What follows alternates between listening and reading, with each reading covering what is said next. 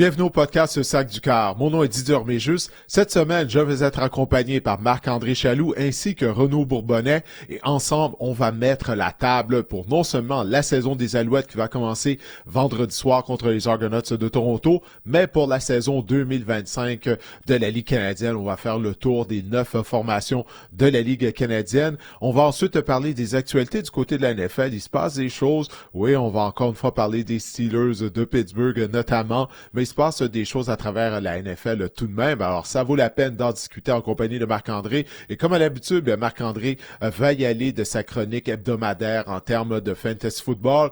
On va parler notamment de la position de quart arrière. Alors, cet épisode du podcast Sac du Cœur commence à l'instant. Guillaume, par la musique.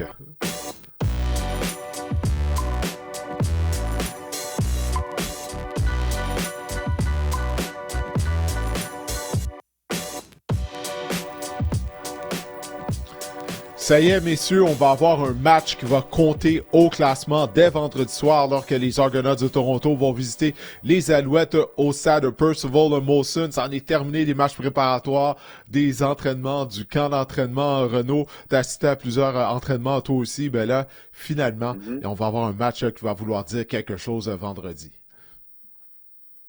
Football is back, comme on dit, Didier. Yeah. C'est vrai, c'est pour notre marathon est parti jusqu'en février.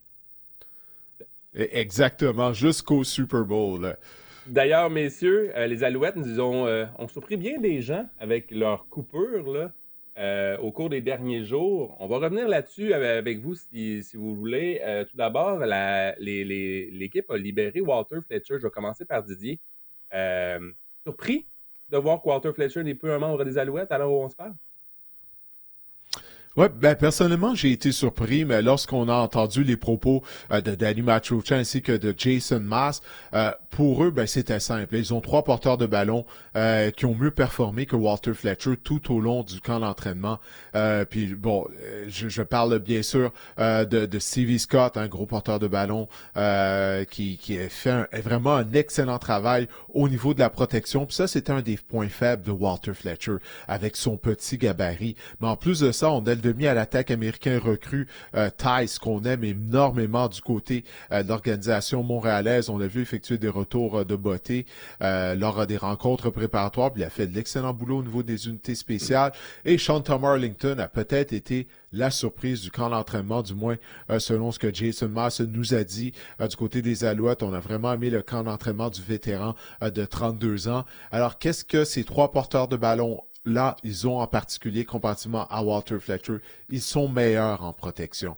Puis, que ce soit au niveau de la NFL et de la Ligue canadienne, si t'es pas capable de bloquer à la position de porteur de ballon, c'est un problème parce que, c'est dans la NFL, le jeu est beaucoup plus axé sur la passe depuis environ une dizaine d'années qu'il ne l'était autrefois. Et dans la Ligue canadienne, on a juste 3 essais, messieurs, comme vous le savez, afin d'aller chercher un premier essai.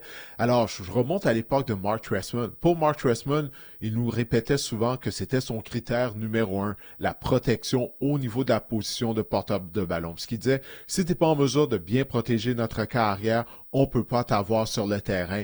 Alors, c'est un peu la même philosophie maintenant du côté de Jason Maas. Ces 3 porteurs de ballon sont supérieurs à Fletcher en termes de protection. Et il faut pas oublier que Scott et Tice sont plus jeunes également. Ça, c'est un facteur dans la décision des Alouettes de libérer Walter Fletcher.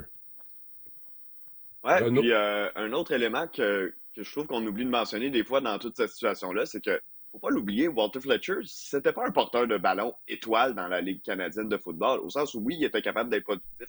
Oui, c'est un gars qui a sa place dans la Ligue canadienne de football, qui est capable de performer, mais on parlait pas d'un des porteurs de ballon dominants de la Ligue canadienne, et il l'a jamais été. Puis je pense pas qu'il va le devenir non plus. Donc moi, j'ai pas été à 100% surpris. On avait entendu quelques rumeurs concernant Walter Fletcher au cours de la dernière semaine d'entraînement, au camp d'entraînement, comme quoi il pourrait être coupé, puis finalement, ça a été fait. Sinon, j'aborde dans le même sens que toi. Dans le cas de Stevie Scott, là, au niveau des blocs, rappelle-toi, on l'a vu pendant le match contre le Rouge et Noir à Ottawa. Il a réussi tout un bloc pour aider sa ligne à l'attaque. Ça avait permis de prolonger un jeu derrière la ligne de mêlée. Donc, non, je suis surpris un peu parce qu'on l'est toujours un peu parce qu'il y a toujours un gros nom qui est coupé au camp d'entraînement. L'an passé, rappelle-toi, Tevin Jones avait été coupé alors qu'il venait tout juste d'être mis sous contrat. Cette année, c'est Walter Fletcher. qui est intéressant aussi, c'est que c'est venu un peu de nulle part, dans le sens que les Alouettes, c'est quand même fascinant de voir à quel point on avait consenti une prolongation de contrat de 2 ans à Walter Fletcher durant l'entre-saison. Il avait même obtenu un bonus durant le temps des fêtes. Donc vraiment, c'est... 20 000 hein? Exactement. On lui a donné 20 000 Donc, moi, ça me dit qu'il n'y a personne d'irremplaçable non plus. Je veux dire, ça donne la chance également aux gens qui se présentent au camp de dire, ben écoutez, même si ce gars-là a de l'argent, a un contrat, a des papiers, a une entente, ben, si vous connaissez un bon camp, il y a moyen de faire la différence. Puis je pense qu'avec Stevie Scott, vous l'avez dit, on avait Walter Fletcher, qui n'était pas un porteur de ballon qui court, disons, dans les tranchées en ligne droite. C'était plus un porteur de ballon qui va plutôt sur les côtés, bon dans le jeu aérien. Puis on avait à l'époque, on avait l'époque Stenback qui était plus le marteau, par exemple. Mais là, je pense qu'avec Stevie Scott, on a un marteau, puis on perd rien vraiment dans le jeu aérien parce qu'il peut se démarquer aussi. On l'a vu lors du dernier match préparatoire, il a capté quelques passes. Donc, je pense que c'est un peu un Walter Fletcher, William Stenback, un 2-en-1 là, du côté de Stevie Scott pour ouvrir la saison du Ouais, non, je suis bien d'accord avec toi. Puis encore une fois, je vais mettre de l'emphase sur Tice. Tice a vraiment surpris le groupe d'entraîneurs, les gars. Ça, c'était évident là, de la façon dont Danny Machocha et Jason Maas nous en parlaient. Alors, quand on regarde ça là, avec du recul, les Alouettes ne perdent pas vraiment au change, je crois, d'avoir libéré Walter Fletcher pour les raisons que Marc-André vient de dire, mais aussi l'émergence de Tice. Puis, encore une fois, ces 3 porteurs de ballon-là qu'on a sont bons en protection et les 3 sont en mesure d'attraper le ballon en sortant de champ arrière. Quel rôle vous voyez en Tice? Pardon, qu'est-ce que tu as dit? Excuse-moi. C'est quoi le rôle? Comment vous voyez-vous le rôle de Tice dans cette attaque-là? Est-ce que vous pensez qu'il peut donner des jeux en attaque ou ça va être un joueur simplement d'unité spéciale, peut-être un remplaçant à Letcher là, pour amorcer la saison? Est-ce que vous le voyez obtenir des opportunités? Oui, moi je crois que oui. Je ne sais pas ce que Renaud en pense, mais tout d'abord, je sais qu'on voulait en parler un peu plus tard si Sean Thomas Erlington sera bel et bien le partant vendredi soir. Je sais que Renaud t'a assisté à l'entraînement des Alouettes mardi. On enregistre le podcast très tôt mercredi matin. Mais il semble, qu'est-ce qu'on a vu aux entraînements depuis le début de la semaine, Tice va avoir un rôle à jouer là, dès vendredi soir, pas juste au niveau des unités spéciales, mais du côté de l'attaque aussi. Oui, exact. Puis dans le cas de Stevie Scott, on dit qu'il va participer à la rencontre, mais on voit aussi qu'il est limité là, lors des entraînements. Donc, je pense qu'en début de saison, il va vraiment avoir un comité de porteurs de ballon. Est-ce que rendu à la mi-saison ou rendu à l'automne, on va avoir un porteur qui est clairement le numéro 1 peut-être, mais pour l'instant, tout comme ça l'était au camp d'entraînement, visiblement, ce poste-là est encore à prendre et celui qui performe aura le plus de répétitions. Oui, à l'entraînement, on a vu beaucoup de Sean Thomas Erlington. Je pense que ça aide aussi le ratio canadien présentement d'avoir Sean Thomas Erlington qui est dans la formation. Mais moi, je pense que ces 3 gars-là vont toucher à des ballons. Je te dis pas qu'ils vont se diviser également la tâche dès la semaine 1 et que ça va être de même toute la saison. Mais je pense qu'en début de saison, oui, Tice va toucher à des ballons. Puis dans le cas des retours de beauté, tu as bien de le mentionner parce que dans les 2 matchs, il a donné des retours de beauté intéressants. Dans le cas de Letcher, la saison dernière, même si quand il est arrivé avec les Alouettes il y a 2 ans, il avait eu un gros impact rapidement, la saison dernière, on ne peut pas dire que ça a été une saison spectaculaire dans son cas, sans dire non plus que ça a été complètement horrible. Mais on le sait, c'est une position où il y a beaucoup de renouvellement, retourneurs de beauté. Il y a beaucoup de gars qui, même s'ils arrivent en coup de canon, rapidement, à l'intérieur d'1 an, un an et demi, on décide de passer à autre chose parce que les équipes se sont habituées à leur trajet, à leur petite feinte habituelle. Donc, dans le cas de Tice, moi, je ne serais pas surpris, on pourrait le voir là, utiliser à toutes les sauces. Croyez-vous que Sean Thomas Erlington va conserver ce rôle de partant durant combien de matchs? Ouais, ben comme Renaud l'a dit, je pense que le facteur, pas numéro 1, mais un des facteurs là-dedans, ça va être les temps de santé de Stevie Scott. Hein? Parce que Scott, il est sorti du camp d'entraînement avec quelques bobos. Il avait joué vendredi soir dernier à Ottawa. Ça n'a pas été le cas pour Sean Thomas Erlington. Lui, il avait obtenu congé. Donc, c'est ça. Puis, il faut pas oublier, juste pour en revenir à Tice, généralement, on habille juste on habille juste un porteur de ballon américain. Généralement, si je me trompe pas, là, du côté des Alouettes. Et puis après ça, on a notre porteur de ballon canadien, en Thomas Erlington. Alors, je crois pas qu'on va nécessairement voir Tice et Scott être en uniforme en même temps, mais il semble que là, pour la première semaine d'activité, on n'aura pas à se casser la tête du côté des Alouettes à ce niveau-là, parce que tout indique, on dirait que Tom Arlington va obtenir le départ et qu'il va être secondé par Tice dans le champ arrière. On verra lors de la deuxième semaine d'activité, mais il semble que ça va être ça pour le premier match vendredi soir contre les Argonauts. Si on se projette dans quelques semaines, donc, selon vous, par exemple, Scott va être en haut de la hiérarchie, ensuite Tom Arlington, ensuite Tice. C'est un peu ça l'idéal, vous pensez, des Alouettes cette saison, à la position de porteur de ballon? Oui, il y a une chose, il ne faut pas oublier, encore une fois, Tom Arlington est Canadien. Donc, il ne compétitionne pas nécessairement avec Scott et Tice. Il y a toujours ça, parce que les Alouettes ont tout le temps un porteur de ballon canadien qui est en uniforme. Ça va être Thomas Arlington. Donc, lui, il n'a pas à se soucier de ça. C'est au niveau des deux Américains, Scott et Tice. Là, on va voir lequel sera en uniforme à chaque semaine. Moi, j'ai l'impression que Scott est le favori là, pour ça. Mais ça ne veut pas dire qu'il y a peut-être il va y avoir des semaines où on ne va pas insérer Tice en formation. Et Tice a sa valeur ajoutée en tant que retourneur de beauté. Donc, je pense que ça a du cas par cas à chaque semaine. Du moins, au début de la saison. Je ne sais pas ce que tu en penses, Renaud.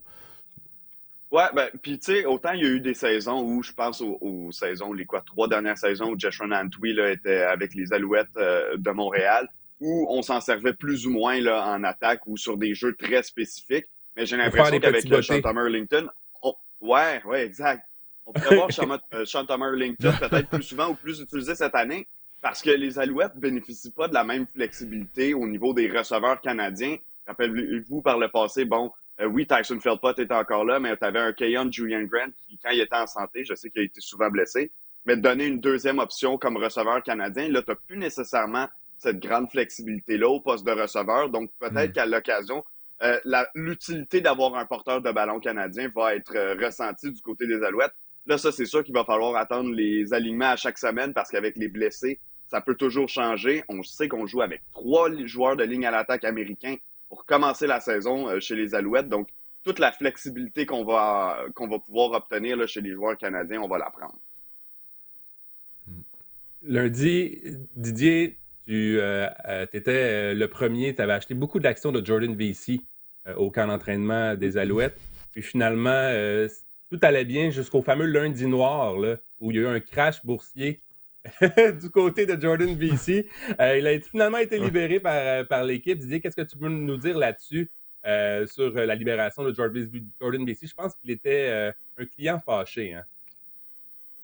Oui, parce que ça a été particulier. Les Alouettes ont annoncé les coupures et les joueurs qui se retrouvent au sein de l'équipe d'entraînement samedi soir. Mais là, c'est lundi matin ou lundi en début d'après-midi plutôt que les Alouettes ont envoyé le communiqué pour dire que Jordan Vesey était libéré. Donc, initialement, il avait fait l'équipe. Mais du côté des Alouettes, on avait pour lui qu'un rôle de réserviste. Puis ça n'a pas fait son affaire. Puis des choses qu'on m'a dit, là, tu sais, je suis allé poser des questions. Puis apparemment, Vesey est arrivé avec de l'attitude. Puis ça arrive souvent. Tu sais, lorsque tu as des joueurs qui ont séjourné pendant de nombreuses années du côté de la NFL, Vesey a passé 5 ans dans la NFL, a joué dans la XFL et dans la UFL. Donc, il y a une chose, les performances sur le terrain. Écoute, j'avais raison d'acheter des actions de Jordan Vesey. Okay? Sur le terrain, il a effectivement connu un bon camp d'entraînement. Je tiens à le préciser. Mais la partie de l'évaluation que moi, je ne vois pas, parce que je ne suis pas un membre de l'organisation, c'est dans les salles de réunion. C'est comment il a des interactions avec ses coéquipiers. Est-ce que c'est un joueur d'équipe? Puis là, clairement, de ce que Jason Maas nous a dit, ainsi que Danny McRocha, lorsqu'ils ont rencontré les médias après l'entraînement de lundi, Vesey ne cadrait pas au niveau du vestiaire, au niveau de l'esprit d'équipe. Lui, il a vraiment pas apprécié finalement que d'avoir un rôle de réserviste. De ce que je comprends, lui, il croyait qu'il était assez bon pour un top partant. Puis savez-vous quoi? Je suis d'accord avec lui. Moi, j'en ai parlé dès le début du camp d'entraînement. Mais toi, la saison est longue, c'est un marathon. Écoute, prends ta place en tant que réserviste. Il va y avoir des blessures en cours de route. Puis une fois que tu vas obtenir ton opportunité, c'est à toi de prouver qu'effectivement, tu es un bel et bien partant. Mais Vesey, lui, il ne voulait rien savoir de ça. Il semble que lui, dans sa tête, il est arrivé ici avec un bon bagage en termes de football professionnel. il semble qu'il se croyait au-dessus de tout le monde. Alors, c'est la raison pour laquelle, du côté du groupe d'entraîneurs des Alouettes et de Danny Machocha, on a dit, hey, écoute, si tu peux pas être un gars d'équipe, on veut pas de toi ici, puis ça, je peux pas blâmer les Alouettes pour ça personnellement. Non, je trouve que ça ressemble être vraiment un cas classique d'un joueur américain qui vient et qui comprend pas nécessairement la dynamique de la Ligue canadienne de football. Parce que je serais vraiment pas surpris que Jordan Vesey ait été le premier nom qu'on aurait mis sur le terrain s'il y avait un blessé chez les receveurs américains. Je serais pas surpris non plus qu'en cours de saison, on aurait trouvé une place pour lui dans la formation. Tu sais, il suffit d'un jeu où on t'envoie sur le terrain et où tu exécutes bien et tu trouves ta place. Donc, je pense qu'un petit peu de patience aurait pu lui servir. Je comprends peut-être aussi la dynamique où lui s'est dit « Ah, j'ai été mis sur le banc ». C'est une hiérarchie un peu plus comme on va aux États-Unis, par exemple, dans la NFL, où si tu es coincé dans un poste de réserviste, tu peux être coincé là longtemps, où on ne peut pas parler de toi dans les plans. Mais dans la Ligue canadienne, tu peux commencer réserviste et à la mi-saison être le meilleur receveur de l'équipe. Ça s'est vu par le passé. La saison est tellement longue. Justement, est-ce que si avant des blessés, pensez-vous on pourrait le revoir à Montréal, ou la façon que ça s'est terminé, vous pensez que c'est terminé tout court, là, on le verra pas à Montréal jamais, Jordan Vesey? Il va falloir qu'il mette de l'eau dans son vin. Je sais pas. Mais... Ouais, je sais pas qui se renoie en pente. Moi, j'ai posé la question à Danny Machocha. Il nous a dit, en bon politicien, qu'il ne fermait jamais la porte. Il a donné comme exemple, mon Dieu, le nom m'échappe, là, du demi-défensif. Reggie Stubblefield.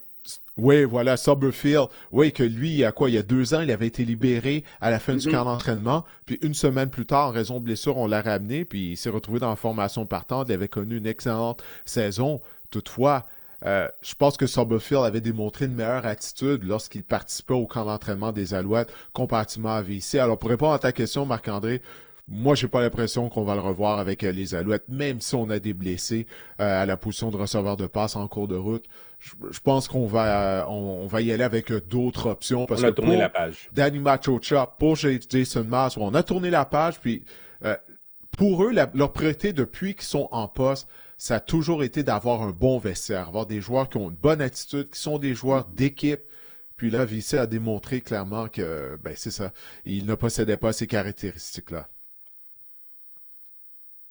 Ouais, un joueur productif qui se déplace de ligue en ligue, d'équipe en équipe, des fois, il y a des petits messages peut-être qui subtils qui se font comprendre. Ouais. Puis moi aussi, je veux dire comme toi, Didier, j'ai écouté les propos de Danny, puis oui, il a soulevé l'exemple de Reggie Stubblefield. Je me souviens aussi d'un demi-défensif, Matt Black, qui avait été coupé par les Argonauts, qui avait gagné la Coupe Grey avec eux il y a quelques années quand même. On remonte aux années Ricky Ray. Mais puis qui avait fait un 2012, gros jeu là, lors du match de la Coupe Grey. Non, celui de 2017, si je me trompe pas. Là, celui qui avait été joué à Ottawa. Ah, ok, oui. Puis, oui. Avec Mark Trestman comme entraîneur-chef. Ouais.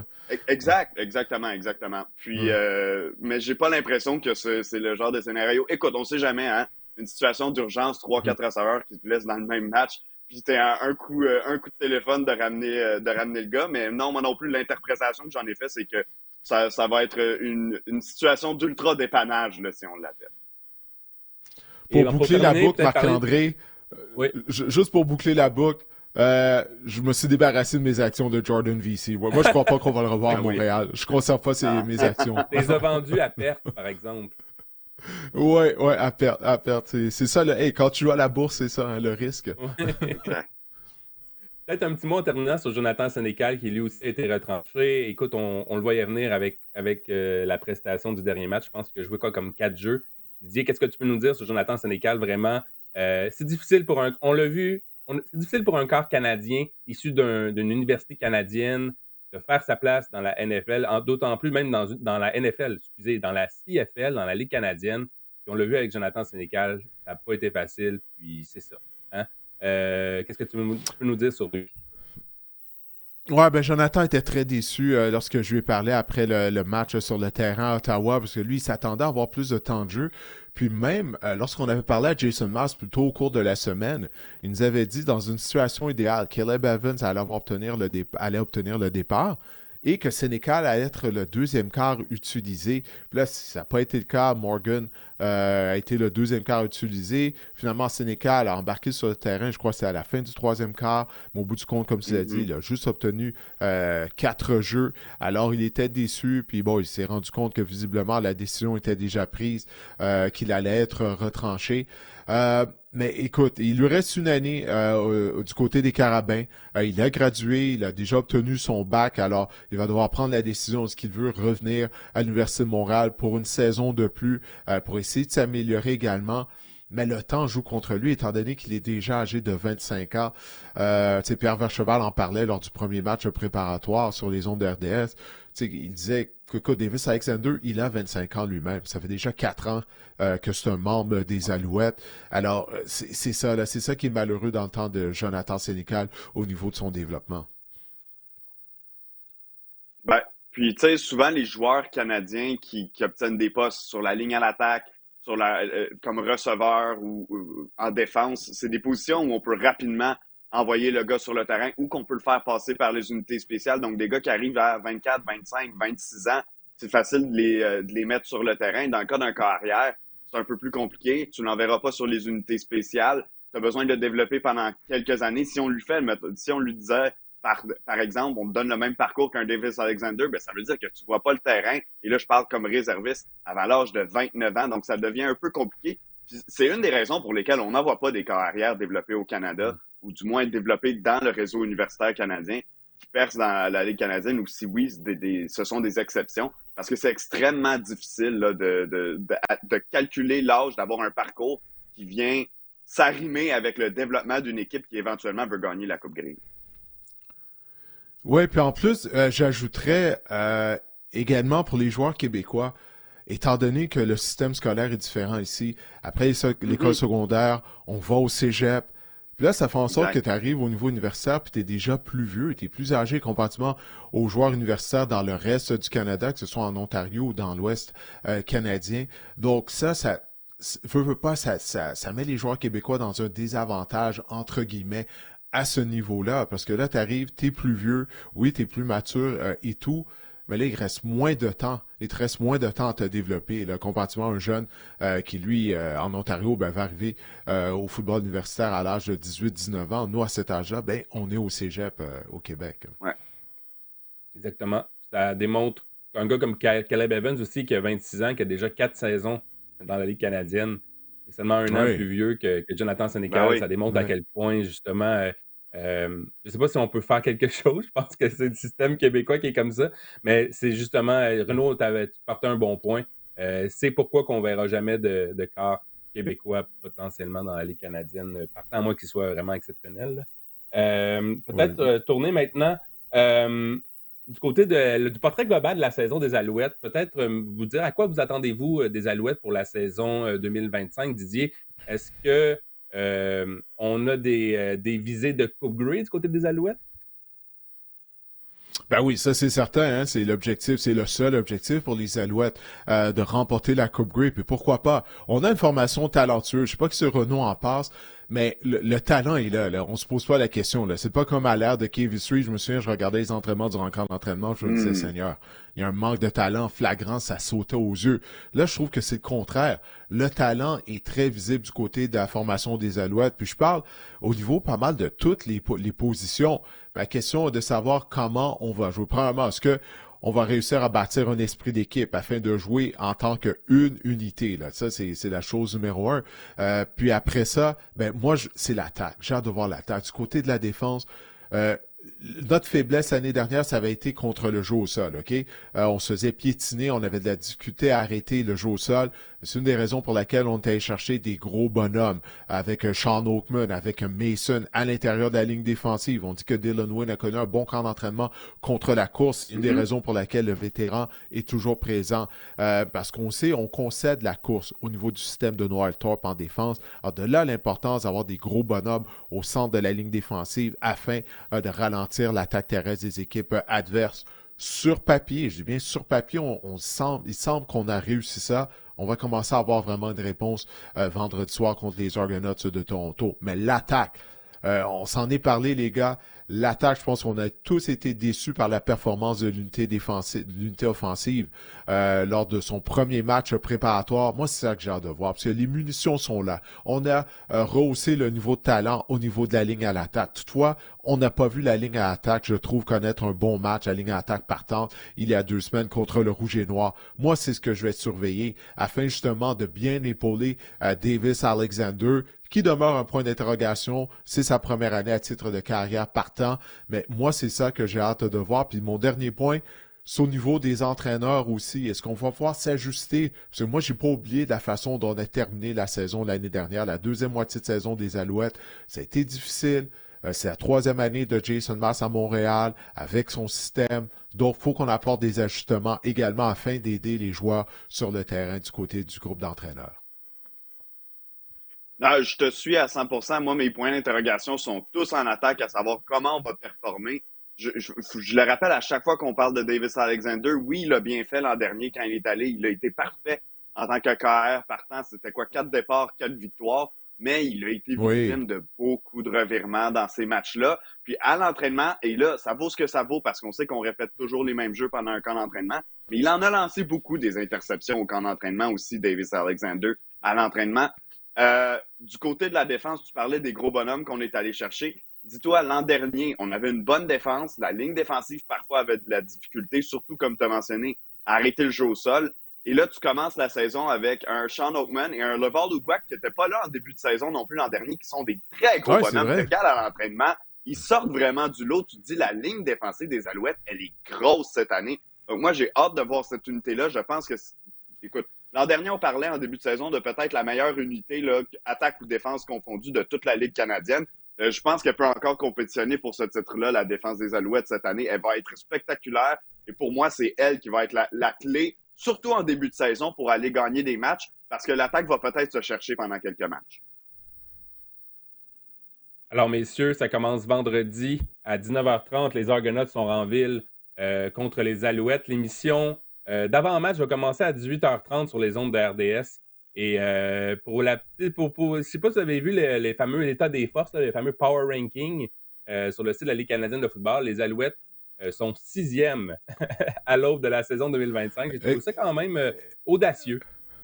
Le fameux Power Ranking du site de la Ligue canadienne, souvenez-vous, il y a 2 ans, ils avaient choisi les Alouettes pour être 9e, beau dernier de la Ligue. Ouais. Puis les joueurs des Alouettes avaient pris 100 notes, puis ils avaient terminé en remportant rien moins que la Coupe Grey. Alors moi, je porte aucune attention à ce classement de puissance. Comment tu peux me dire qu'il y a 5 équipes meilleures que les Alouettes? Comment tu peux me dire ça aujourd'hui, là? Où est-ce qu'on voit ça? OK, on va parler des Argonauts tout à l'heure. C'est une formation qui a vraiment changé depuis la dernière fois qu'on les a vus. Ottawa, pour moi, est une menace. En tout cas, on va en parler tout à l'heure. Mais comment tu peux dire que tu penses vraiment qu'il y a 5 équipes meilleures que les Alouettes? Réellement? Mm-hmm. Non, je suis complètement d'accord. Je comprends pas non plus comment. Je t'avoue que tu me l'apprends maintenant. Je n'avais pas porté attention à l'état des forces, mais non, je vois pas comment on peut mettre 5 équipes de la Ligue canadienne devant les Alouettes qui ont quand même un certain élément de continuité. Là, je sais que le carrière change. C'est un gros changement, mais il y a quand même un élément de continuité, là, particulièrement en défense chez les Alouettes. Pour moi, la défense qui était déjà bonne va être encore meilleure cette année. Donc, non, je vois vraiment pas comment on peut trouver... Comment on peut mettre les Alouettes 6e là, dans un état des forces de 9 équipes. On prend des... on verra bien, là. Argonauts, Blue Bombers, Rough Riders, Red Blacks, Rouge et Noir et Tiger Cats avant les Alouettes sur le site de la Ligue canadienne. Ouais, on verra bien le rendu au mois de novembre, mais moi, j'ai de la difficulté à croire ça. Là. En tout cas, présentement, au mois de juin, là, OK, on est le 4 juin lorsqu'on enregistre le podcast. Les Alouettes ont terminé au premier rang de la division l'année dernière, de la section S. Ils auraient dû gagner le match contre Toronto, là, on va se dire, la finale de l'Est. On a fait cadeau du ballon 5 fois. Mais mis à part le changement majeur à la position carrière, arrêtez-moi ça. Là. En tout cas, on va voir qu'est-ce qui va arriver. On s'en reparlera à l'automne, mais 6e meilleure équipe de la Ligue, je pense pas. On va maintenant faire, messieurs, un tour d'horizon des autres formations de la Ligue canadienne à l'aube de la saison 2025, à commencer par les visiteurs qui seront au stade Percival Molson le vendredi. Les Argonauts de Toronto qui seront privés, ils s'entraînent Chad Kelly, mais ils seront privés vendredi du service du carrière étoile, Nick Arbuckle au poste de quart. Et vraiment, on a procédé à des changements quand même assez importants du côté des Argonauts durant l'entre-saison. On a retranché Kadeem Carey, ça sera Deontay McMahon au poste de porteur de ballon. On a fait des changements, Didier, là, du côté des Argonauts de Toronto. Ça ne sera pas le même visage qui a gagné la Coupe Grey l'année dernière. Non, vraiment pas. Écoute, du côté de la défense est méconnaissable. On a perdu à peu près toute notre ligne défensive du côté des champions en titre de la Coupe Grey. Chad Kelly, on s'en souviendra, il avait subi une fracture à une jambe contre les Alouettes dans le cadre de la finale de l'Est. Il n'est toujours pas remis de cette blessure-là. Alors, encore une fois, est-ce qu'on pense vraiment qu'il y a 5 équipes qui vont terminer devant les Alouettes au classement? En tout cas, comme j'ai dit tout à l'heure, on va voir au mois de novembre, mais les Argos, présentement, ils semblent être une équipe affaiblie. Et puis, McMahon, comme porteur de ballon numéro 1, c'est un porteur de ballon qui est rapide. Il a démontré qu'il pouvait être explosif. Notamment, on l'utilisait beaucoup sur des passes-pièges l'année dernière, mais il a un petit gabarit. Alors, moi, j'ai bien hâte de voir ça. Peut-être qu'on a un nouveau porteur de ballon dans le champ arrière pour le seconder. On va découvrir tout ça du côté dès vendredi soir. Mais du côté des Argonauts de Toronto, il y a beaucoup de travail à faire. Le personnel est différent, mais encore une fois, comme on disait tout à l'heure, la saison de la Ligue canadienne, elle est tellement longue. Moi, je sais pas si, pour toi, Renaud, comment tu vois ça, puis Marc-André, moi, l'été, là, je vois ça comme du divertissement du côté de la Ligue canadienne. C'est vraiment à partir de l'automne, à la fête du travail, que les équipes prennent leur forme finale, si on peut dire. Puis on l'a vu du côté des Alouettes l'année dernière. Ça a très bien été durant l'été. Puis là, une fois que la fête du travail est arrivée, ben c'est là qu'on a commencé à avoir des ennuis. Alors, du côté des Argonauts, on a du temps. Il y a juste 9 équipes dans la Ligue canadienne, seulement 4 du côté de la division Est. Mais tu sais, on a un mauvais début de saison. On peut faire du rattrapage par la suite. Alors, oui, les Argos, pour moi, représentent un point d'interrogation. J'ai hâte de voir de la formation qui va se présenter au Sappers Molson vendredi soir. Oui, tu as parlé de la situation des porteurs de ballon avec Kadeem Carey qui a été là, autant que Walter Fletcher a été la coupure surprise du côté de Montréal, je pense que Carey a été la coupure surprise du côté de Toronto. Ils avaient nommé Carey joueur par excellence de l'équipe l'année dernière. C'était leur candidat là, au titre de joueur par excellence dans l'année. Et selon moi, il aurait dû être le candidat dans l'Est parce qu'on a choisi pour Levi Mitchell finalement au niveau de la Ligue canadienne. Carey avait connu une bonne saison. C'est sa seule saison qu'il a joué à Toronto. Auparavant, il jouait avec les Stampeders de Calgary. C'était un bon joueur aussi. Tu as parlé de Deontay McMahon qui va être le porteur. Ou sinon, il y a un certain Mayan Williams, un porteur qu'on a signé qui jouait à Ohio State. 5 pieds 9, 226 livres, âgé de seulement 23 ans. Qui lui aussi, visiblement, va visiblement avoir touché quelques ballons aussi, parce que je regarde l'alignement des Argonauts, Didier, c'est les seuls 2 porteurs de ballon. Il n'y a même pas de porteur canadien sous contrat avec l'équipe, ou du moins pas qui est en santé sur l'alignement principal. Donc, ça va être à suivre du côté de Toronto. Mais quand on parle d'une équipe qui gagne puis qui est obligée de procéder à beaucoup de changements, rappelle-toi comment les Alouettes avaient réussi à conserver presque tout le monde après l'année de la Coupe Grey. Mais du côté des Argonauts, pour une deuxième Coupe Grey en 3 ans, on a encore perdu énormément de morceaux. C'est encore une belle formation. Il y a encore beaucoup de talent sur cette équipe-là, mais avec un Chad Kelly qui va arriver en retard encore cette année. Tout à l'heure, tu faisais mention du fait que l'été, c'était du divertissement et que les choses se gâtaient à l'automne. Mais on se rappelle que l'an dernier, les Argonauts, jusqu'à la mi-saison, leur carrière était même pas là. Donc, eux, ils flirtaient avec le 500. Ils se disaient, tant qu'on se tient la tête hors de l'eau, tant qu'on se donne une chance de participer aux éliminatoires, une fois que Chad Kelly va entrer dans la mêlée, c'est là où ça va devenir vrai, si on veut, pour eux. Puis on l'a vu dans la dernière portion du calendrier régulier. Si on fait exception là, peut-être des 2 premiers matchs de Chad Kelly où il reprenait ses aises, les Argonauts étaient la meilleure équipe dans l'Est. Surveiller également sur les unités spéciales, Janarion Grant, le retourneur explosif. Le record de retour de beauté en une saison pour des touchés dans la Ligue canadienne est de 6, établi par Chris Williams, l'ancien Alouette, en 2012. Une demi-saison. Une demi-saison. Exactement.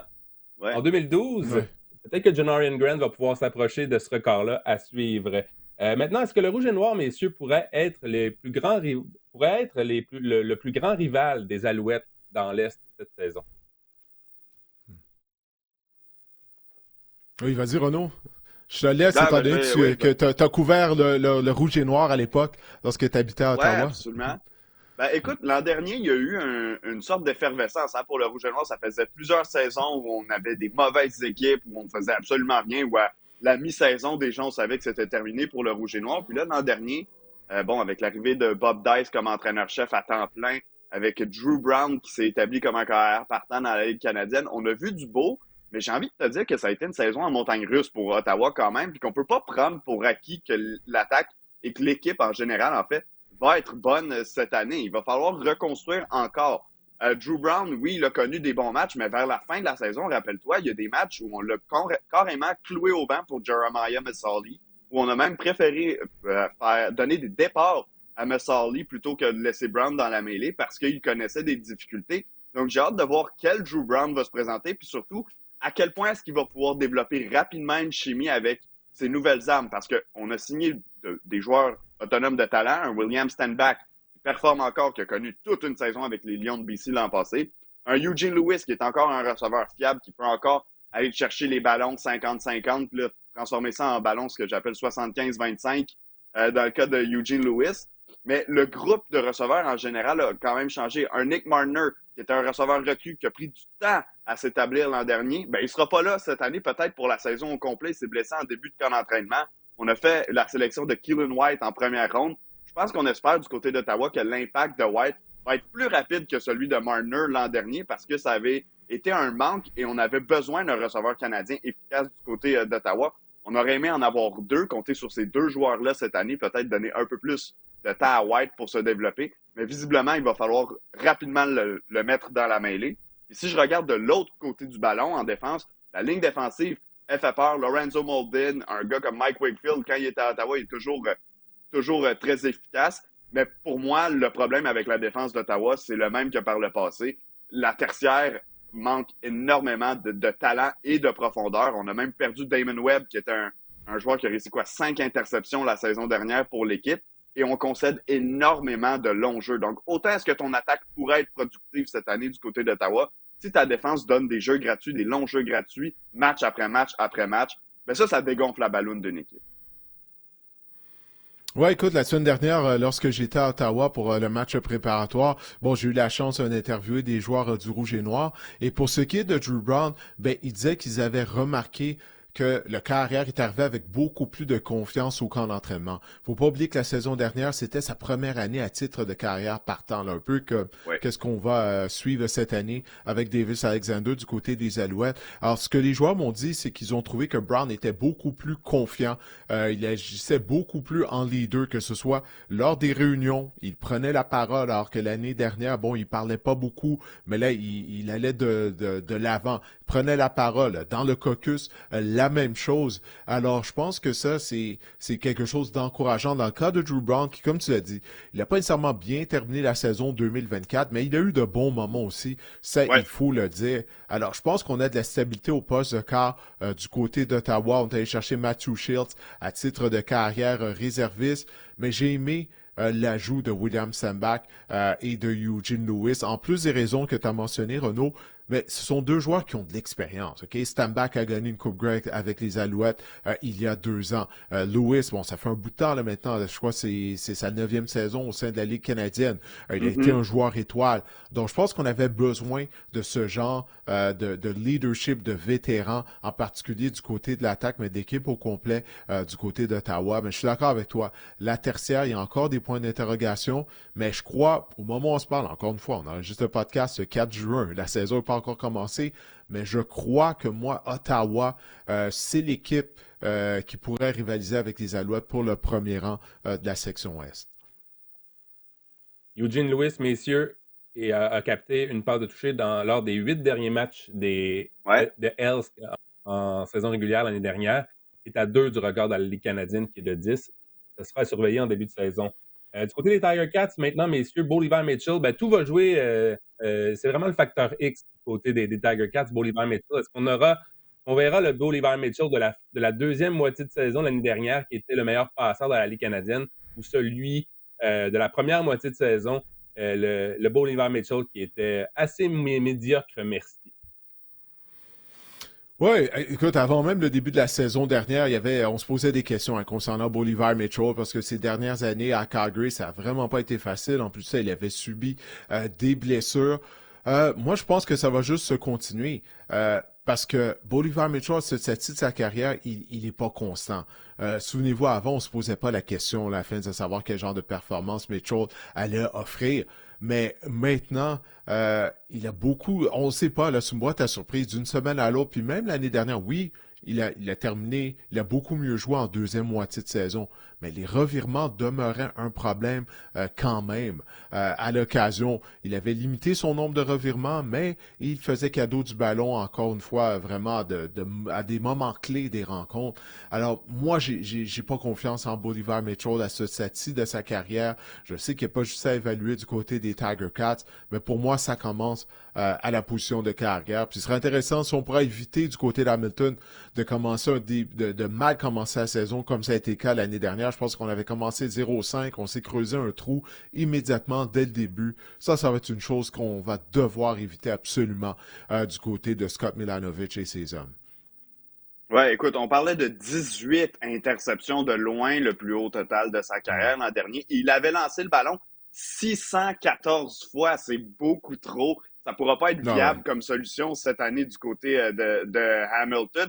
Et oui, les 5451 verges, qui étaient son plus haut total de toute sa carrière. Mais encore une fois, ça revient à les Tiger Cats tiraient de l'arrière dans pratiquement tous leurs matchs. Les Tiger Cats avaient constamment besoin de pousser le ballon. Ils n'étaient pas capables de courir le ballon avec régularité non plus.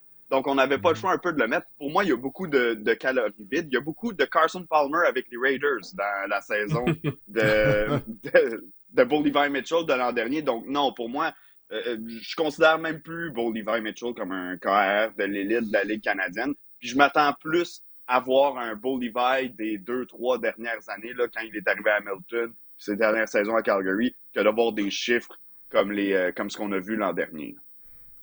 J'ai toujours trouvé que Tony Romo était le roi des calories vides aussi. C'est mon avis. Ah, c'est possible. Mais au moins, Tony Romo, tu faisais croire jusqu'à la pause des 2 minutes avant de lancer une interception. C'est bon. Ouais. Pour moi, le roi des calories vides, ça sera toujours Blake Bortles. Il est tout seul dans cette catégorie-là pour moi. Ah, c'est vrai que Blake Bortles a sa place. Une saison exceptionnelle des calories vides. Les Jaguars tiraient toujours de l'arrière par 15 points, puis là, ils se mettaient en marche en deuxième demi. Mais au niveau du fantasy football, c'est productif, mais ouais, c'est ça, genre... Oui, Allen Robinson à l'époque. On se transforme maintenant dans l'Ouest, messieurs, et à tout seigneur, tout honneur, les Bombers ont participé aux 5 dernières Coupe Grey. Sont-ils toujours l'équipe à battre dans l'Ouest de la Ligue canadienne? Veux-tu que j'y aille d'abord, Didier? Ouais, vas-y, ben oui, vas-y. Parce que, la tendance, ce serait de dire que oui, parce que si on regarde à la fin de la saison dernière, à la fin du calendrier régulier, les Bombers étaient la meilleure équipe dans l'Ouest. Ceci étant dit, il faut se rappeler que les Bombers avaient commencé avec 4 défaites, qu'à la mi-saison, il n'y a rien allait, qu'on avait envie de congédier tout le monde, de libérer Zach Collaros, puis de faire un gros ménage du côté de Winnipeg. Et finalement, ils se sont redressés. Et je vous rappelle le miraculeux coup de vent qui a finalement permis au stade Percival Molson aux Blue Bombers de gagner la division Ouest et de jouer les éliminatoires à domicile. Je pense que ça va être serré cette année dans l'Ouest. Je pense que plusieurs équipes peuvent se battre pour un titre. Évidemment, là, inutile de vous dire qu'il va falloir rester en santé si on veut y aller, mais je pense que les Rough Riders vont être compétitifs. Je pense que les Lions de la Colombie-Britannique vont être compétitifs aussi pour le titre dans l'Ouest. Moi, je pense pas qu'on peut donner une couronne automatique du côté de Winnipeg. Je pense que la course va être beaucoup plus serrée qu'au cours des dernières saisons. Ouais, je vois ça comme toi, Renaud. Puis, faut pas oublier que Zach Collaros, là, il a vieilli d'1 an, encore une fois. Il va rater le premier match. Ça, c'est rien pour aider le nouveau coordinateur à l'attaque des Blue Bombers de Winnipeg, Jason Hogan, un Québécois qui a œuvré avec les Carabins de l'Université de Montréal. Il a déjà fait partie du groupe d'entraîneurs des Alouettes également. Alors, félicitations à Jason Hogan, qui est maintenant un coordinateur à l'attaque des Bombers. Mais tout ça pour dire, moi, je suis pas capable d'oublier la performance de Collaros au match de la Coupe Grey. Écoute, il était une machine à revirement, puis oui, bon, comme tu as mentionné, après le mauvais début de saison, il avait été capable de se replacer, mais il va être plus vieux d'1 an. J'ai bien hâte de voir ça. Brady Oliveira, c'est la même chose. Il commence à avoir du kilométrage dans le corps, comme on dit. Non, je vois ça comme toi, absolument comme toi, Renaud. Je crois vraiment la section ouest, elle est ouverte. Les 2 sections de la Ligue canadienne. Je pense que c'est ouvert, malgré que je crois que Montréal est la meilleure formation du côté de l'Est, au moment où on se parle.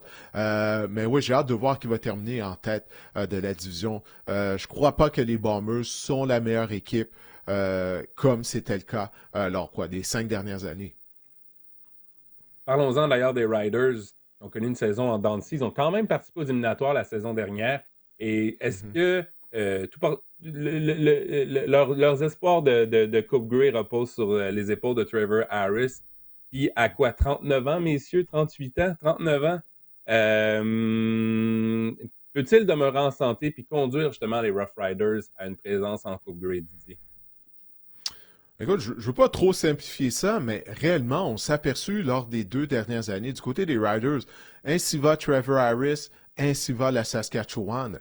Lorsqu'il n'est pas là, bon, à la position carrière réservée, c'est plus difficile. Harris demeure un bon quart, mais tu viens de mentionner son âge. Puis là, il a raté des rencontres avec de graves blessures là, lors des 2 dernières saisons. Généralement, c'est pas quelque chose qui va en s'améliorant lorsque les années s'accumulent. Mais on a une bonne formation du côté des Rough Riders, mais encore une fois, je veux pas trop simplifier les choses, mais je crois sincèrement, du côté de la Saskatchewan, tout commence et se termine avec la position de carrière et Trevor Harris. Alors, est-ce qu'il pourra rester en santé? Écoute, si la tendance se maintient, la réponse va être non. Puis il va rater une autre bonne partie de la saison. Ça reste à voir. Je sais qu'Harris, c'est un bourreau de travail très fort durant la saison morte au niveau de sa condition physique. Mais ça va être la chose numéro 1, moi, que je vais surveiller. S'il peut rester en santé. S'il est en santé, je crois qu'on va participer aux éliminatoires du côté des Riders. Ouais, moi aussi, je pense qu'on va participer aux éliminatoires si Trevor Harris est en santé, mais je regarde et ça me fait penser aux Alouettes du début des années 2010. Il n'y a pas de vraie relève au poste de carrière du côté des Riders. Bon, on a signé Jake Maier pour être le suppléant. Maier qui était partant avec les Stampeders au cours des dernières saisons. Je pense qu'on a eu assez de visuels pour savoir que Maier, c'est pas un carrière partant viable si tu veux gagner dans la Ligue canadienne. Mais il n'y a pas de relève du côté des Rough Riders de la Saskatchewan. Et à chaque année, ça arrive. Trevor Harris se blesse. Puis on est pris à un certain moment avec un corps arrière qui fait pas le travail, qui nous coûte des matchs, qui nous coûte des places au classement, peut-être des matchs à domicile à l'occasion. Et certaines années, ça nous a même coûté des places en éliminatoire. Puis on parle de l'état de santé de Trevor Harris, mais il ne faut pas oublier que A.J. Ouellet, qui était un porteur de ballon étoile, peut-être qui était à un certain moment le meilleur porteur de ballon de toute la Ligue quand il jouait avec les Argonauts de Toronto. L'an passé, il a été blessé souvent. Il n'a pas été aussi efficace avec les Rough Riders. Et cette année, je sais, personnellement, je n'ai pas été visiblement aux entraînements là, des Riders, mais il y a eu des échos qu'en entraînement, comme quoi ça ne se passait pas super bien pour A.J. Ouellet là-bas. Donc, je suis curieux de savoir comment est-ce que ça va se passer pour l'attaque des Rough Riders, surtout que Ouellet, quand je regarde l'alignement, c'est le seul porteur américain qu'on a sous contrat, ou du moins qui est sur l'alignement principal des Rough Riders de la Saskatchewan. Donc, je pense qu'il y a beaucoup de questions et beaucoup de problèmes qui pourraient s'amener très vite du côté des Riders. On a un groupe de receveurs talentueux. On a peut-être le meilleur duo de receveurs canadiens en Schaefer Baker et Samuel Emilus. Mais je suis pas convaincu là, sur la viabilité de cette attaque-là, particulièrement sur une saison de 18 matchs plus des éliminatoires.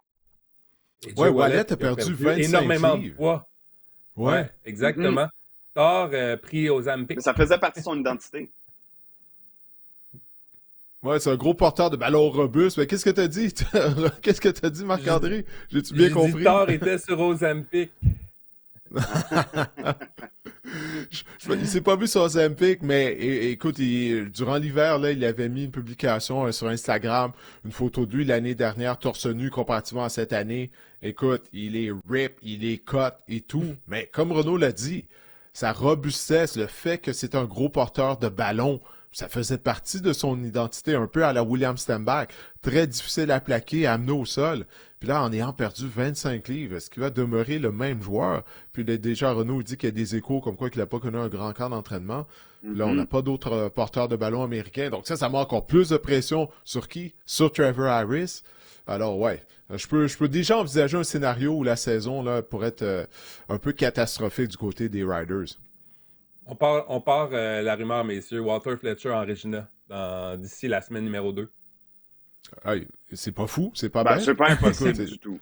Non, ou Kadim Carey, il y en a deux là disponibles, Fletcher et Carey. Ouais. Exactement. Exactement. Il a 39 ans, Trevor Harris.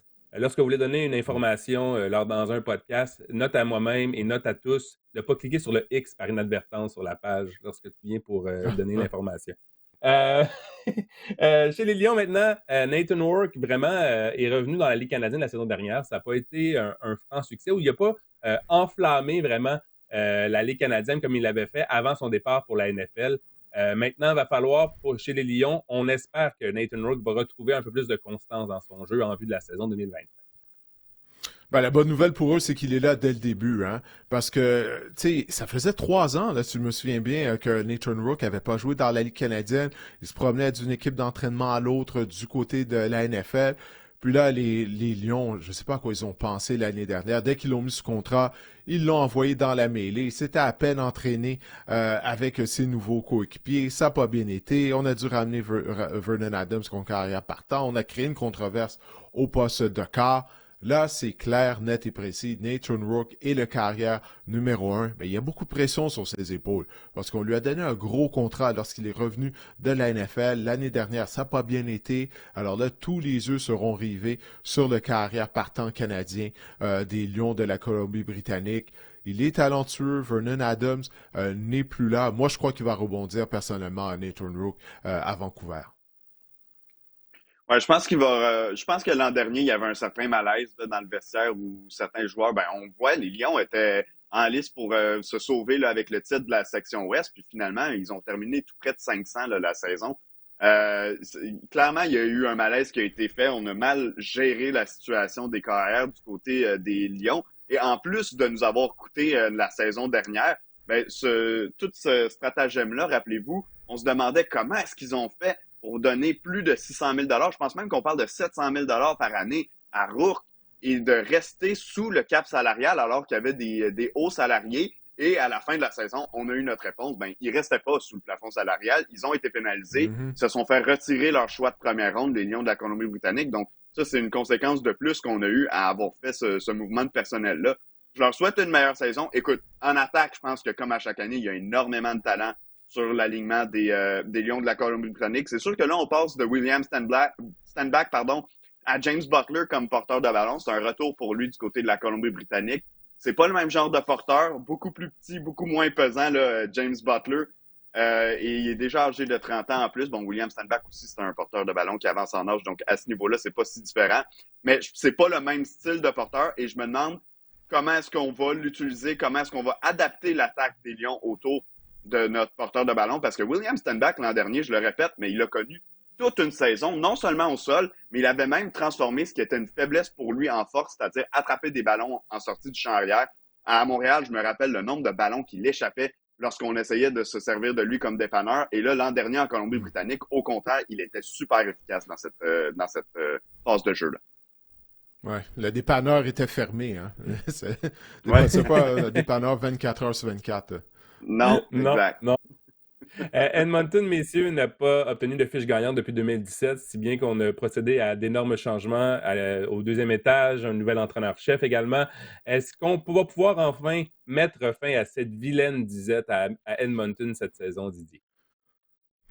J'ai pas l'impression que oui. Parce que là, tu regardes la position carrière du côté des Elks. Trey Ford, avant quand l'entraînement était pressenti pour être le carrière partant, c'est un Canadien, très bon athlète, il est explosif, capable de faire des jeux avec ses jambes. Mais par la part, c'est laborieux là, du côté de Trey Ford. Carrière réserviste, c'est un vétéran, Cody Fajardo. Bien sûr, on connaît très bien à Montréal. Mais Fajardo, l'année dernière, il avait été incroyable en début de saison. On se disait, il ne pourra pas maintenir ce rythme-là. Finalement, il s'est blessé. Puis lorsqu'il est revenu au jeu, il n'était pas aussi performant. Alors, moi, je crois que la séquence va se poursuivre du côté des Hawks d'Edmonton. J'ai pas confiance que Trey Ford est de calibre à être un carrière partant dans la Ligue canadienne pour moi. Non, je pense que c'est un fameux cas du fameux test de l'œil, hein, le eye test, quand tu regardes jouer Trey Ford.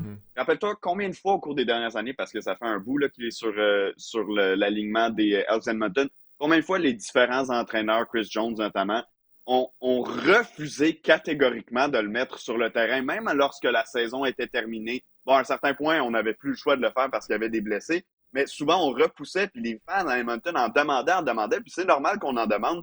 On a un joueur canadien qu'on veut mettre sur le terrain, mais quand on le regarde jouer, c'est un porteur de ballon. Là. Il est incapable de lancer le ballon. tu le regardes et tu te dis, ouh, ce ballon-là est parti bizarrement. Les trajectoires de ballon sont bizarres. Il n'y a pas beaucoup de puissance dans son bras. Donc, non, moi, je suis pas convaincu du tout par Trey Ford. J'espère que Cody Fajardo a pas pris cette année-là en se disant qu'il allait être un second toute l'année parce que je pense que rapidement, on risque de le voir dans la mêlée. Ben, c'est ça, je m'en allais vous poser comme question. Est-ce que vous pensez que Cody Fajardo, on va le voir avant longtemps au poste de quart partant chez les Hells? Oui. Ah, c'est une question de temps. Oui. C'est une question de temps, oui. Ouais. Moi aussi, je vois ça du même œil. C'est juste une question de temps. 5e dans l'Ouest. C'est ma prédiction. Les Stampeders, messieurs, ont longtemps été la référence dans l'Ouest de la Ligue canadienne, sauf qu'ils n'ont que 11 victoires lors des 2 dernières saisons. Que l'arrivée de Vernon Adams à Calgary va changer quelque chose. Ça pourrait permettre à Dave Dickinson de sauver son emploi. Je sais pas pour toi, Renaud, mais moi, je vais être pessimiste encore une fois. Là. Ça va être une autre longue saison au niveau de toute la province de l'Alberta. Je crois pas. Écoute, Dave Dickinson, bon, j'ai été surpris qu'il soit de retour du côté des Stampeders, mais c'est pas juste Dickinson qui se retrouve sur un siège éjectable. Faut pas oublier, John Hoffnagel fait toujours partie de l'organisation, lui qui anciennement était l'entraîneur-chef, il est devenu DG, ensuite, président. Mais là, souvenez-vous, là, lorsque les Stamps étaient le standard de la Ligue canadienne, le standard de la division Ouest, on en trouvait des joueurs de talent à tous les ans, des joueurs américains. Ouais. Là, c'est plus le cas là, du côté de Calgary. Puis ça fait des années que ça dure. Tout ça, ça a rattrapé les Stampeders lors des 2 dernières années. Je pense qu'on s'est amélioré à la position de carrière avec l'arrivée de Vernon Adams, comparativement à Jake Maier. Mais on sait que Vernon, c'est une boîte à surprise. Hein? La constance, c'est toujours difficile. L'année dernière, en première moitié de saison, ça allait très bien du côté des Lions, jusqu'à la mise sous contrat de Nathan Rourke. Puis on a vu que mentalement, ça avait dérangé Vernon. Alors, écoute, je crois pas qu'on va pouvoir mettre fin à notre disette du côté des Stampeders. Je pense qu'on a réussi à trouver peut-être un peu plus de stabilité au poste de corps. Là. Je vais prendre Vernon Adams devant Jake Maier n'importe quand. Oui. Mais pour moi, les Riders, les Lions, les Blue Bombers sont encore des équipes de loin supérieures. Puis tantôt, tu parlais du recrutement à Calgary. On fournissait littéralement à la Ligue là, des joueurs année après année parce que les joueurs arrivaient à Calgary, signaient un contrat d'entrée, puis après allaient signer des gros contrats ailleurs. Puis maintenant, je regarde juste par exemple le groupe de receveurs, puis je vois un Tevin Jones, puis un Dominic Rhymes, qui sont pour moi, oui, des receveurs comme qui peuvent jouer dans la Ligue canadienne, avoir une certaine efficacité, mais qui ne sont pas des joueurs vedettes, mais à qui on a dû donner de l'argent parce qu'on n'est pas capable nous-mêmes d'aller se trouver des jeunes receveurs ou de faire des trouvailles aux États-Unis durant la saison morte. Donc, on est devenu cette équipe qui achète les gros noms ou des noms d'ailleurs et qui les surpaye pour venir jouer sur notre équipe. Donc, je vais dire la fin, c'est pas terminé techniquement pour John Hoffnagel, mais je trouve que sa séquence de recrutement fait beaucoup penser à ce que c'était pour Jim Popp à la fin à Montréal, au sens que pendant les années 2000, puis même les années 90, Jim Popp, à tous les ans, faisait rentrer des joueurs à Montréal. Ça devenait des vedettes, ça devenait des bons joueurs. On avait toujours des bonnes équipes du côté des Alouettes de Montréal. Puis à la fin, avant qu'on se sépare, là, Jim Popp et les Alouettes, mais on voit les dernières années, c'était plus difficile. L'après Calvillo n'avait pas été préparé et tout. C'est un peu ce que je vois du côté de Calgary. On a une équipe où on patch à gauche, à droite. Puis oui, pour moi, on a un meilleur alignement qu'on avait l'an dernier, mais on n'a quand même pas un bon alignement.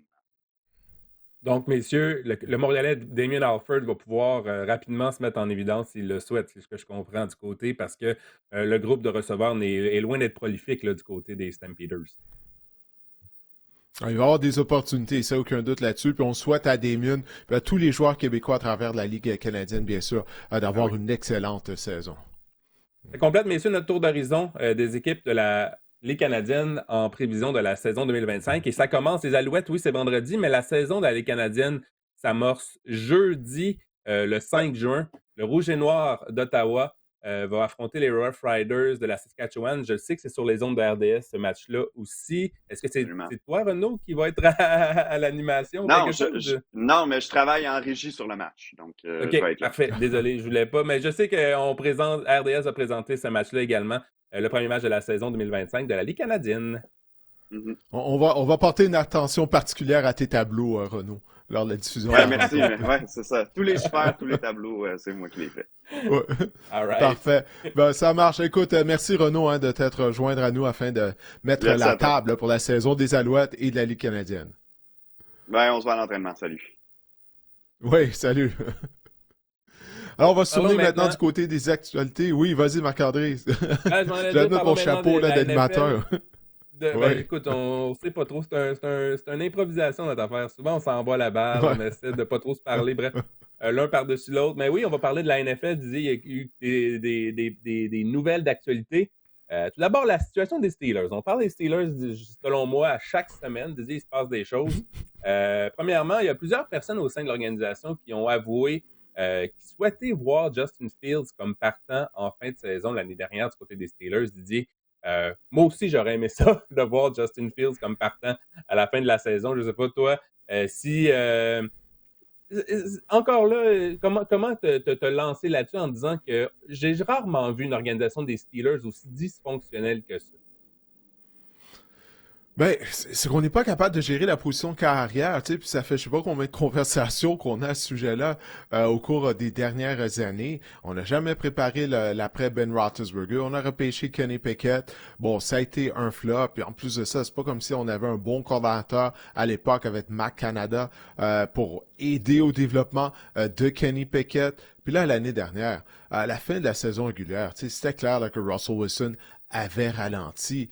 Puis on gardait Justin Fields sur les lignes de côté. On lui donnait même pas un package, une opportunité près de la zone des buts, en situation de troisième essai, de s'amener sur le terrain pour donner une étincelle à l'attaque de Pittsburgh. J'en avais parlé à l'époque. Pourquoi pas l'utiliser un peu comme dans un rôle comme Taysom Hill ou courir avec le ballon, l'option, essayer quelque chose afin de donner une étincelle à l'attaque. On a toujours refusé de le faire. Puis il y a une chose de Justin Fields. Oui, il est limité en tant que passeur, mais c'est un joueur qui est travaillant. Au moins, tu peux lui faire confiance.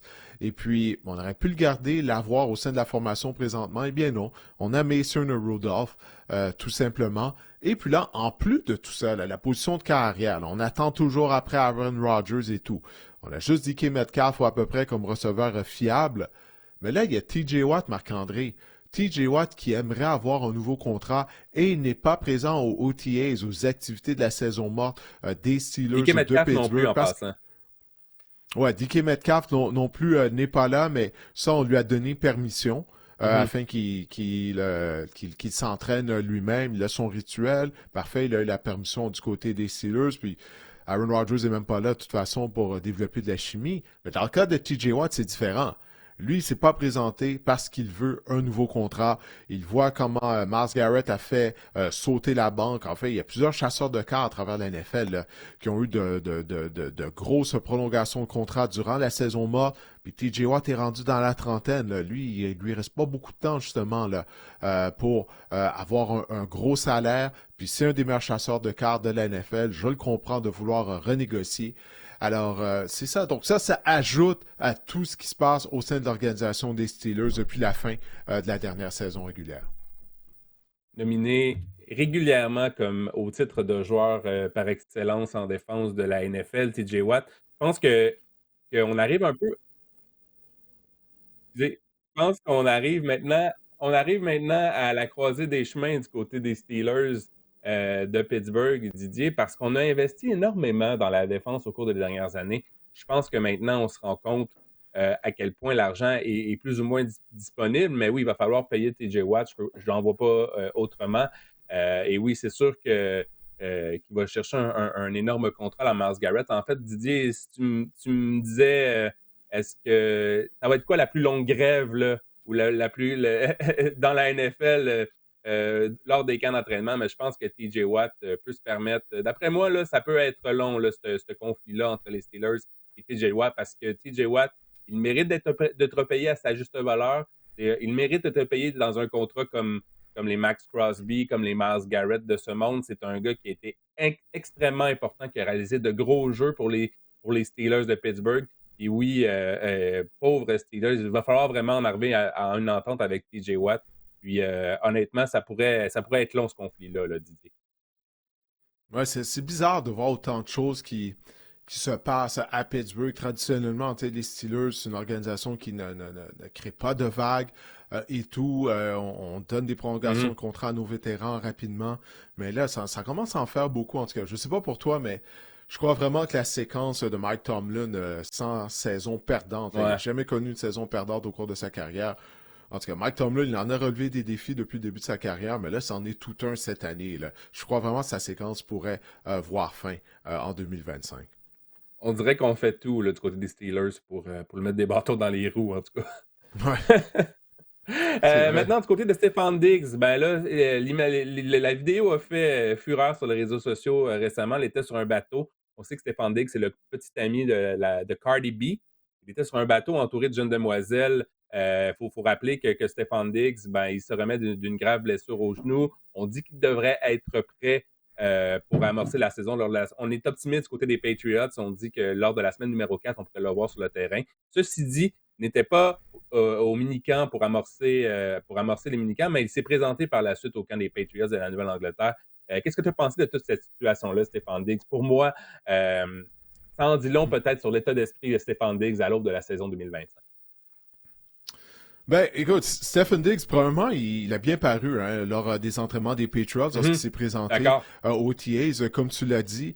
Puis bon, oui, il avait subi une grave blessure en genou, mais il y a une chose de Stefon Diggs, c'est qu'on dit de lui que c'en a un autre qui est un bourreau de travail. Là, okay? Oui, il a des problèmes d'attitude et tout, mais il n'y a personne qui met en doute son éthique de travail. C'est un joueur qui est très travaillant. Pour ce qui est de la vidéo, qu'est-ce qui est ressorti de ça? C'est pas parce qu'il était sur un bateau en compagnie de jolies demoiselles. C'est qu'à un moment donné, il a sorti un genre d'enveloppe où il y avait une substance rose dedans. Là, il y a des gens, sur les réseaux sociaux qui sont mis à parler, à fait de dire, ça pourrait potentiellement être quoi cette substance-là? Est-ce que ça pourrait être de la drogue et tout? Alors, c'est vraiment ça qui a créé la controverse dans cette vidéo-là. Mais puis là, il y a Mike Vrabel également, lorsqu'il a rencontré les médias à la suite de la publication de la vidéo. Puis il a dit que oui, qu'il avait une conversation avec Stefon Diggs et puis c'était quelque chose qu'on surveillait du côté de l'organisation des Patriots. Je pense que c'était une bonne chose que Diggs se présente finalement aux activités des Patriots, aux entraînements. Mais je crois pas qu'il va arriver quelque chose à la suite de ça, parce que Marc-André, comment on peut prouver c'était quoi la substance rose qu'il a offert à une des filles qui était sur le bateau avec lui? Comment on peut vraiment savoir c'était quoi? Alors, je suis pas certain que Vrabel a une bonne conversation avec lui, puis qu'on verra pas d'autres vidéos de Stefon Diggs qui fait le party sur un bateau, dans une chaloupe ou peu importe là, au cours des prochaines semaines. Et comme tu dis, on dit semaine numéro 4, mais moi aussi, j'ai trouvé qu'il avait l'air franchement à l'aise sur le terrain. C'est sûr que, tu sais, il n'a pas l'entraînement, il n'a pas fait des tracés bien élaborés, là. On est loin de ça, mais écoute, si tu me dis que l'ouverture de la semaine de la saison est dans 3 mois, écoute, j'ai été resté surpris, moi aussi, de voir à quel point Stefon Diggs bougeait assez allègrement sur le terrain. Oui, parce qu'il n'a pas, Marc-André, je veux juste dire rapidement, parce qu'il faut noter qu'il n'a toujours pas passé son examen médical. Hein? Alors, l'examen médical, alors s'il échoue, ben là, les Patriots pourraient se retirer. Ils n'auraient pas à le payer.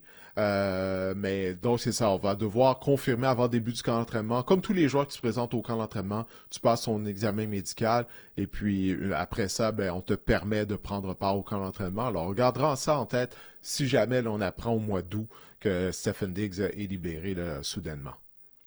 Ça, c'est quand même 2 grosses nouvelles, alors que le centre des Lions, Frank Ragnow, ainsi que le centre des Patriots, David Andrews, ont annoncé leur retraite. Et dans le cas de Ragnow, c'est vraiment une surprise. Il est âgé de 29 ans. Et c'est assez... Moi, je trouve ça fascinant, Didier. À 29 ans, je ne sais pas si tu as lu son message sur les réseaux sociaux, là, il a l'air au bout du rouleau. Il dit que son corps est plus capable d'en prendre. Et au point de vue sur le terrain, là, on parle d'un joueur qui a fait des équipes d'étoiles. On parle d'une ligne à l'attaque dominante aussi. Là. C'est une des pierres angulaires de la ligne à l'attaque dominante des Lions, qui ouvrait le jeu au sol pour David Montgomery, pour Jahmyr Gibbs, qui ouvrait également en protection le jeu aérien de Jared Goff à Jameson Williams. Bref, c'est une lourde perte pour les Lions de Détroit, celle de Frank Ragnow. Ouais, ça s'additionne, hein. Au niveau du groupe d'entraîneurs, bon, ça, on a perdu nos deux coordonnateurs. Ces coordonnateurs-là ont emmené avec eux, je parle bien sûr de Ben Johnson et de le coordonnateur en défense qui mettait entraîneur-chef des Jets, Aaron Glenn. Ils ont emmené plusieurs assistants avec eux, hein. Donc là, Dan Campbell a dû refaire son groupe d'entraîneurs. Là, tu perds ton centre. Ça, c'est quelque chose qui peut être déstabilisant pour la ligne à l'attaque des Lions qui, depuis au cours des 3-4 dernières années, est reconnu comme étant c'est pas la meilleure de la NFL. Mais dans le cas de Ragnar, oui, t'as âgé seulement de 29 ans, Marc-André, mais faut pas oublier, là, tu dois prendre en considération sa carrière universitaire, à l'école secondaire. Tu sais, tout ça, ça s'additionne, là. Tous les entraînements, les pratiques, les blessures qu'il a eues au fil du temps, les contacts sévères, les collisions. Moi, j'ai pas de misère à croire qu'à 29 ans, déjà après 7-8 saisons dans la NFL, que son corps, lui, il a l'impression que son corps est littéralement en train de tomber en morceaux. Il faut que les gens comprennent à quel point le football, c'est un sport qui est dommageable pour le corps. Pour le corps au complet, même pour le cerveau, avec ce qu'on sait maintenant au niveau des commotions cérébrales, ça use son corps, ça magane ton corps de jouer au football. C'est aussi simple que ça. Moi, j'ai été repêché par Edmonton, j'ai participé au camp d'entraînement, j'ai été libéré. Donc, essentiellement, j'ai pas joué pro, là, j'ai pas joué de match en saison régulière. Puis mon corps le ressent maintenant, là, au niveau de mes genoux, au niveau de mes épaules. Alors, je peux juste imaginer comme un joueur comme Ragnar, qui a une très belle carrière dans la NFL. Ouais, je peux concevoir qu'à 29 ans déjà, il sent qu'il peut plus en donner physiquement. Mais c'est particulier, c'est vraiment du cas par cas. Tu regardes un joueur comme Pierre Vercheval, il a joué 12 ans dans la Ligue canadienne, je me souviens bien, Pierre, puis lui, ça va bien. Pas vraiment de douleur au niveau de ses articulations et tout. Alors, c'est du cas par cas. Et puis, écoute, pour Ragnar, 29 ans, c'est très jeune. Hein? Il lui reste tout le restant de sa vie. Alors, il a fait son argent, il a connu du succès. Alors, pour lui, il est prêt à passer à une autre étape. Et pour David Andrews, ça a été un bon soldat pour les Patriots de la Nouvelle-Angleterre. Ça faisait longtemps qu'il était là, une décennie à la position de centre. Oui, c'est ça. Écoute, c'est vraiment une belle carrière, là. C'est pour un joueur non repêché d'avoir duré aussi longtemps que ça. Il a gagné des Super Bowls. Alors, oui, le moment est venu pour lui de passer à autre chose. Pour Ragnar, il était considéré comme l'un des 3 meilleurs centres de la NFL l'année dernière. Et pour Andrews, il était le dernier membre actif de la ligne à l'attaque qui a remporté le Super Bowl avec les Pats en 2018. CJ Stroud est présent aux activités hors saison des Texans, mais il ne lance pas de ballon en raison de raideur à l'épaule droite. Didier, est-ce que c'est inquiétant? On est le 4 juin. Est-ce que c'est inquiétant là, pour CJ Stroud, ses raideurs à l'épaule droite? Moi, ça m'inquiète. Mais il semble que ça n'inquiète pas D'Amico Ryan, selon ce qu'il a dit aux journalistes. Il a dit non, écoutez, il n'y a pas lieu de s'inquiéter. Il a dit qu'on tient CJ Stroud à l'écart des entraînements. On ne lui permet pas de lancer le ballon par mesure préventive uniquement. Mais écoute, moi je trouve ça inquiétant. Écoute, là, je suis pas en train de partir en peur, comme tu l'as dit, on est juste le 4 juin. Mais du moment que tu entends que quelqu'un qui gagne sa vie en lançant un ballon, que ce soit un ballon de football, une balle de baseball, puis là, il y a des raideurs à une épaule. On peut pas prendre ça à la légère. C'est tout ce que je dis là-dessus. Là, écoute, on n'a pas de plan B en ce moment du côté des Texans. Regarde la hiérarchie des corps. Davis Mills, qu'on connaît un peu. Sinon, Graham Mertz et Kedon Slovis. Bonne chance. Aucune idée qui sont ces deux-là. Oui, Davis Mills, au moins, on l'a déjà vu. On l'a oui. déjà vu mener les Texans à des victoires par le passé. En tant qu'arrière réserviste, ça pourrait être pire. Mais CJ Stroud, on va garder un œil là-dessus quand même. Là. Surtout là, si lorsqu'on va commencer l'entraînement à la fin juillet ou au début du mois d'août, s'il n'est pas en mesure de lancer le ballon, là, là, il va vraiment falloir se poser des questions s'il ne peut pas toujours décocher des passes dans 2 mois. Anthony Auclair, en terminant, est sélectionné sur l'équipe nationale de flag football et j'irais même plus loin que ça. Il y a 9 Québécois sur 12 joueurs qui ont été sélectionnés sur l'équipe nationale de flag football du Canada.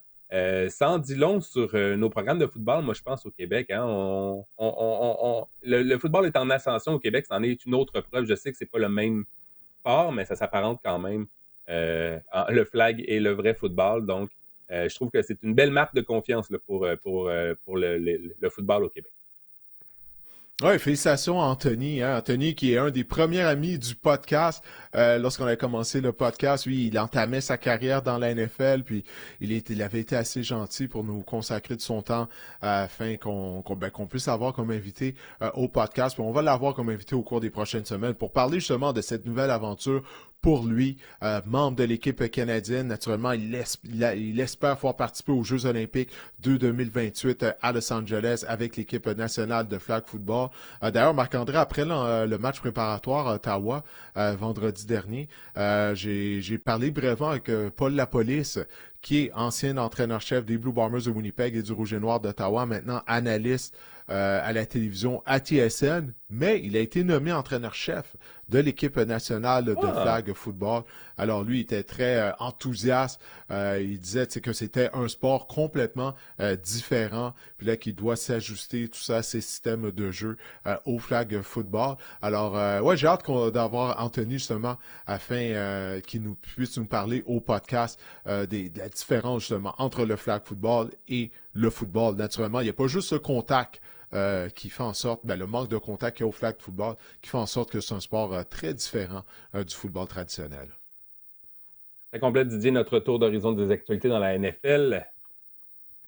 Oui, on va se tourner maintenant du côté du fantasy football. Alors que là, tu vas commencer à faire ton preview là, de la saison là, à venir en termes de fantasy football et de la NFL. Puis on va commencer avec la position de carrière. En fait, tu vas nous dévoiler ton classement des carrières en vue de la prochaine saison. Le ranking en bon français. Non, c'est ça. Le classement fantasy des carrières a commencé par la position numéro 1. Josh Allen des Bills de Buffalo, Lamar Jackson en 2 des Ravens, Jalen Hurts des Eagles en 3, Jalen Daniels en 4 des Commanders, en 5 Joe Burrow des Bengals. Ce qu'on remarque dans ce groupe de 5-là, c'est ces 4 corps mobiles qui sont au sommet de la hiérarchie à la position de carrière. C'est vraiment ce qui fait la différence au niveau fantasy. On l'a vu avec Jalen Daniels l'année passée, ce que les verges au sol, ce que les touchés au sol peuvent faire. Et le premier quart qui n'est pas considéré comme un quart mobile, c'est Joe Burrow à la position 5. Et Joe Burrow, pour qu'il puisse espérer devancer ces quarts arrière-là au niveau fantasy, il va falloir qu'il connaisse une saison aussi bonne que celle de l'an dernier, alors qu'il avait terminé comme quart numéro 4 au niveau fantasy en 2024, moyenne de plus de 22 points par match en 2024. Il a été le meneur pour les passes de toucher, les verges par la passe et les passes complétées dans la NFL. Tout le monde est de retour du côté des Bengals pour des supplémentaires, on peut dire ça, une représentation supplémentaire. Jamar Chase, T. Higgins sont de retour. La défense exécrable également est de retour. Donc ça, c'est bon au niveau fantasy pour Joe Burrow. On a perdu plusieurs matchs l'année dernière en marquant plus de 30 points. Ça, on aime ça du côté fantasy.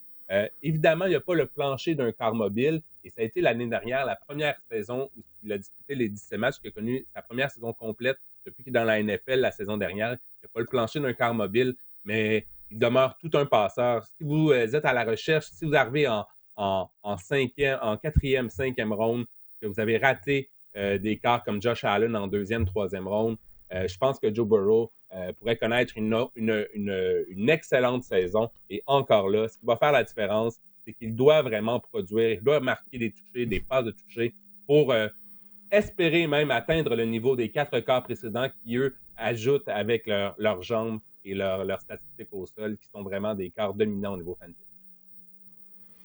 Condamné à marquer 45 points pour avoir une chance de l'emporter cette année, Joe Burrow et l'attaque des Bengals. Condamné, exact. On n'aura pas le choix. Jayden Daniels, classé numéro 4. J'ai hâte de voir la deuxième saison de Jayden Daniels parce que, à pareille date, l'année dernière, CJ Stroud, c'était une valeur sûre. On se disait, wow, CJ Stroud, il va connaître toute une saison. Puis là, ça a été plus difficile pour lui à sa deuxième année, du moins, ça a été plus difficile. Il n'a pas nécessairement répondu aux attentes qu'on avait pour lui. Puis là, pour Daniels et les Commanders, les attentes sont élevées. Là. Le hype machine, comme on dit là, en mot québécois, est vraiment parti à Washington. En tout cas, j'ai bien hâte de voir ça. Mais Joe Burrow, pas le choix. Là. Lui, il va peut-être tenter 600 passes ou plus cette année. Jayden Daniels, la ligne à l'attaque améliorée, groupe de receveurs amélioré, hypothétiquement. Donc, on devrait connaître une autre grande saison du côté de Jayden Daniels. selon moi, ça devrait bien fonctionner, mais on ne sait jamais. Maintenant, si on poursuit le classement des carrières au niveau fantasy, en 6, nous avons Baker Mayfield des Buccaneers de Tampa Bay.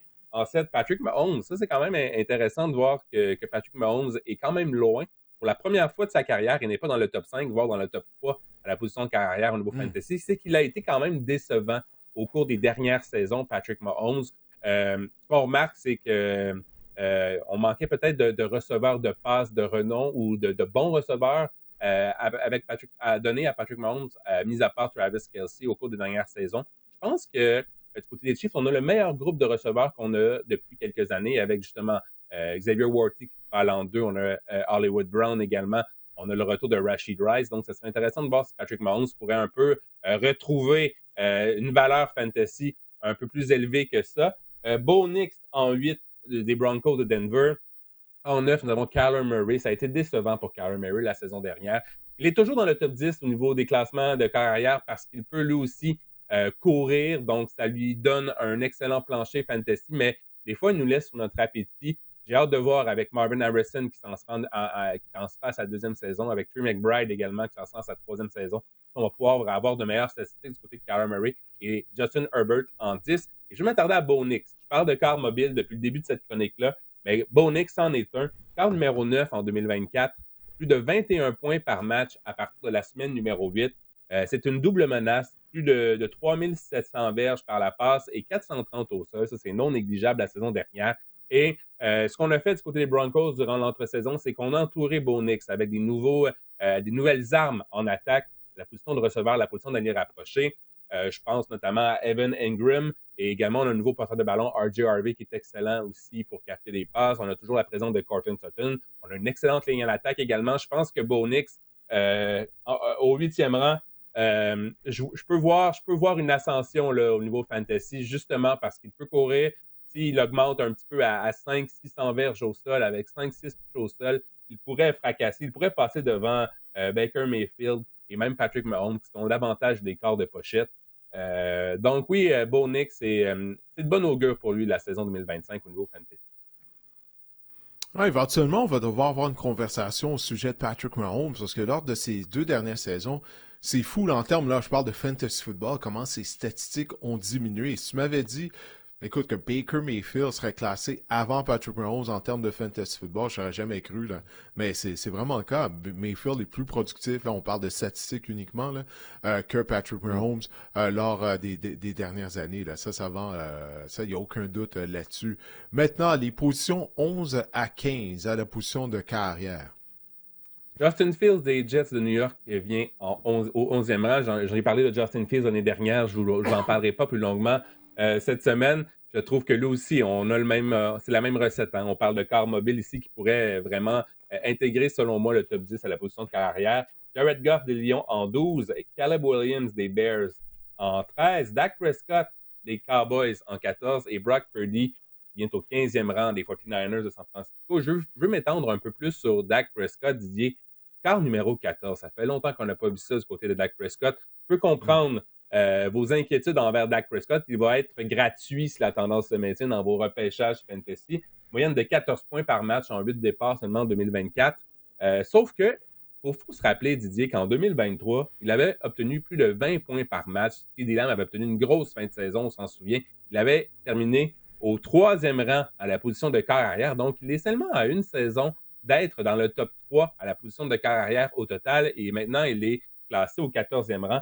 Je pense qu'avec l'ajout de George Pickens, qui est un receveur numéro 2 quand même de talent avec CeeDee Lamb, avec l'ajout également de Tyler Booker via le repêchage sur la ligne à l'attaque, je pense que la ligne à l'attaque va être améliorée du côté des Cowboys.